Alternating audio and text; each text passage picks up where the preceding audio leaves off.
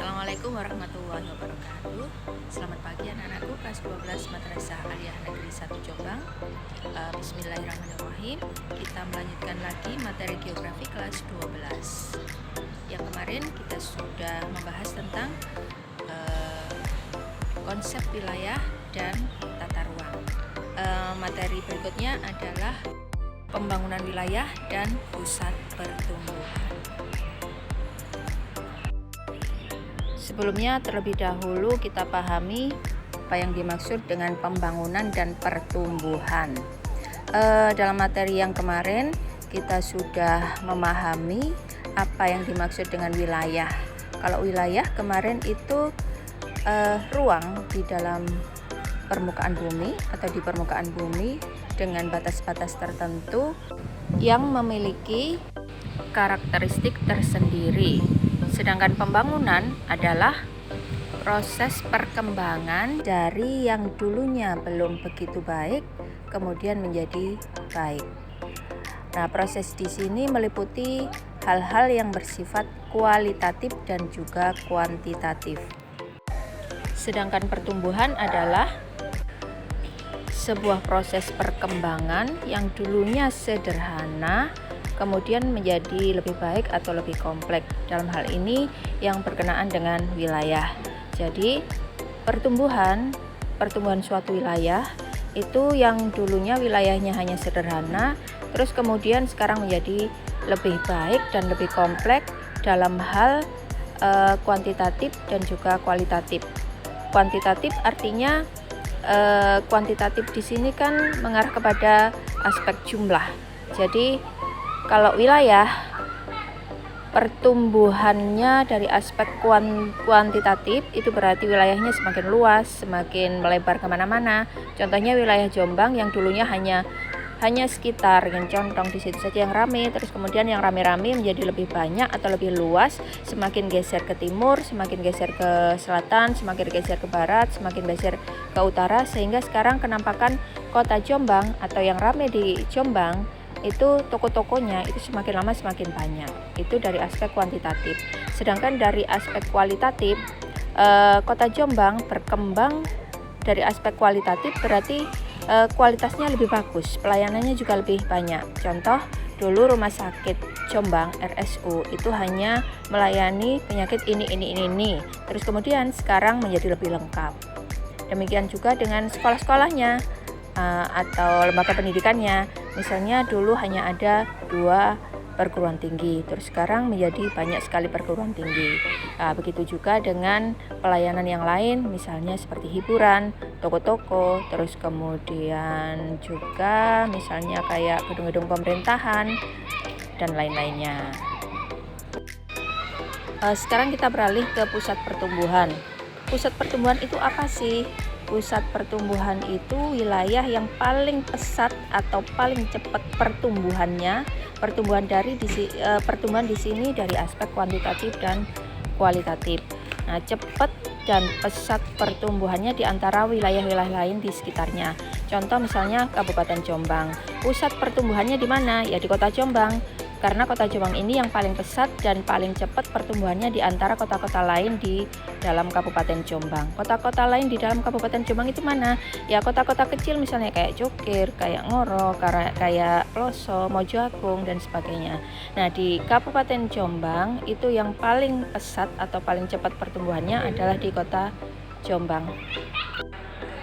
Dan kota-kota lain, kota-kota kecil di sekitar Jombang seperti yang sudah saya sebutkan tadi, misalnya seperti Cokir, Ngoro, Megalo, Mojoagung dan sebagainya, itu perkembangannya mengikuti perkembangan kota Jombang.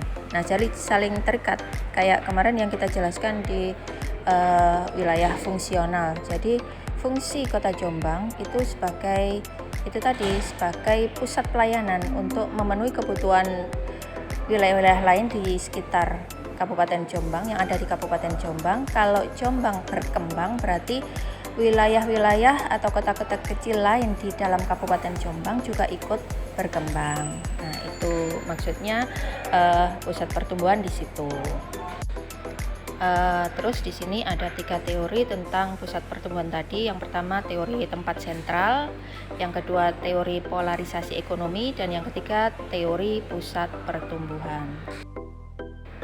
Baik, sekarang yang pertama dulu, teori polarisasi ekonomi. Dikemukakan oleh ahli geografi yang namanya Gunnar Myrdal. Kita pilah dulu. Polar itu artinya kutub, polarisasi ekonomi berarti isasi artinya proses. Jadi polarisasi ekonomi adalah proses menjadikan kota tadi, pusat pertumbuhan itu tadi yang dimaksud dengan pusat pertumbuhan itu yang menjadi kutub pertumbuhan dari ekonominya, dari aspek ekonominya. Artinya menurut Gunnar Myrdal, yang dimaksud dengan pusat pertumbuhan itu daerah yang menjadi polarisasi ekonomi, yang menjadi daerah itu tadi pusat ekonomi, pusat untuk meningkatkan perekonomian di daerah di sekitarnya. Ya, contoh lagi Kabupaten Jombang tadi, pusat pertumbuhannya di Kota Jombang. Nah, Jombang ini sebagai polarisasi ekonomi kota-kota lain di dalam Kabupaten Jombang. Jadi kalau Jombang itu perekonomiannya semakin baik, berarti kota-kota lain di dalam Kabupaten Jombang perekonomiannya juga akan semakin baik, begitu. Berikutnya teori kutub pertumbuhan atau growth poles theory, dikemukakan oleh Francois Perrow atau dikenal dengan teori Perrow. Hampir sama sih seperti yang tadi, polarisasi ekonomi. Kalau kutub pertumbuhan ini dalam segala hal. Kalau tadi yang polarisasi ekonomi berarti dari aspek ekonomi saja. Tetapi kalau di sini ya pertumbuhan itu tadi dari aspek kualitatif juga kuantitatif. Nah, pusat pertumbuhan itu yang bisa memicu perkembangan baik dari aspek kualitatif maupun aspek kuantitatif kota-kota lain di dalam kawasannya itu tadi. Ya, contohnya kawasan Kabupaten Jombang, Kota Jombang sebagai pusat pertumbuhannya bisa memicu baik dari aspek kuantitatif maupun dari aspek kualitatif wilayah tadi, perkembangannya bisa memicu perkembangan wilayah-wilayah lain di dalam Kabupaten Jombang. Begitu ya. Nah, yang terakhir ini nih yang paling banyak dianut atau yang paling banyak berpengaruh kepada dunia pendidikan dalam geografi tentang pusat pertumbuhan. Teorinya namanya teori tempat sentral atau di situ dalam bahasa Inggrisnya Central Place Theory, dikemukakan oleh Walter Christaller. Teori ini dikenal dengan teori Christaller. Menurut Christaller, pusat pertumbuhan itu fungsinya sebagai pusat pelayanan. Jadi fungsinya melayani kebutuhan orang-orang di dalam Kabupaten Jombang atau kebutuhan orang-orang di kota-kota lain di dalam Kabupaten Jombang. Jadi Kota Jombang ini fungsinya sebagai pusat pelayanan baik secara ekonomi atau yang lain-lain. Misalnya orang dari Wonosalam, orang dari Ngoro, orang dari Mojoagung, orang dari Cukir, dari Ploso, dari Megalo, itu kalau butuh sesuatu ya ke Kota Jombang. Baik itu misalnya kalau pedagang ya Kulaan, kalau sekolah ya ingin sekolah yang lebih baik ya ke Kota Jombang, berobat yang lebih baik ya ke Kota Jombang. Nah, itu fungsi dari Central Place Theory atau teori tempat sentral, fungsi dari pusat pertumbuhan menurut Walter Christaller seperti itu. Menurut Christaller, kawasan pengaruh dari pusat pertumbuhan itu berbentuk heksagonal atau segi 6. Seperti yang tergambar di situ. Jadi bentuknya heksagonal, kemudian kalau dikaitkan dengan wilayah-wilayah lain, kawasan pengaruhnya nanti akan membentuk seperti sarang lebah atau sarang tawon. Ada dua konsep yang melatar belakangi si Christaller untuk mengemukakan Central Place Theory di sini. Konsep pertama konsep ambang, yang kedua konsep ring atau jangkauan. Kalau ambang itu bahasa Inggrisnya threshold. Threshold itu apa? Threshold itu jumlah minimum penduduk yang diperlukan untuk kesinambungan suplai barang. jumlah minimum penduduk atau jumlah minimum manusia kan ya. Misalnya kita mau berdagang nih.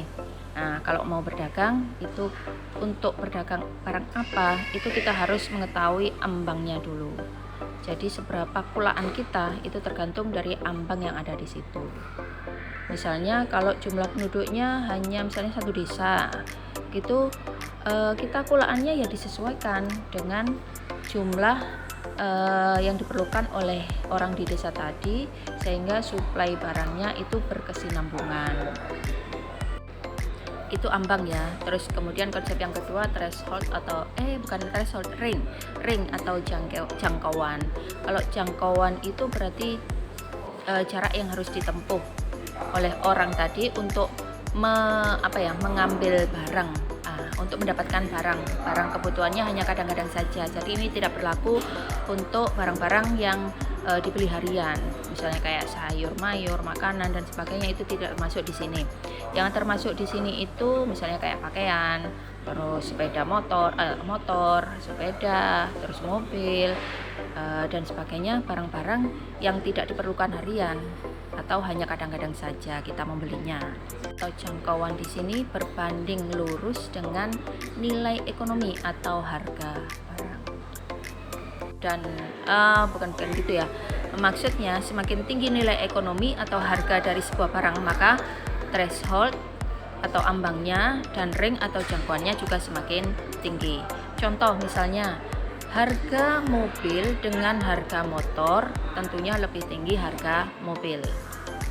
Nah, ambang dan jangkauan dari mobil itu juga lebih banyak daripada motor, gitu ya. Lanjut, jenis atau macamnya tempat sentral menurut Christaller ada 3 macam. Yang pertama, tempat sentral berhierarki 3 atau disebut dengan istilah kasus pasar optimal.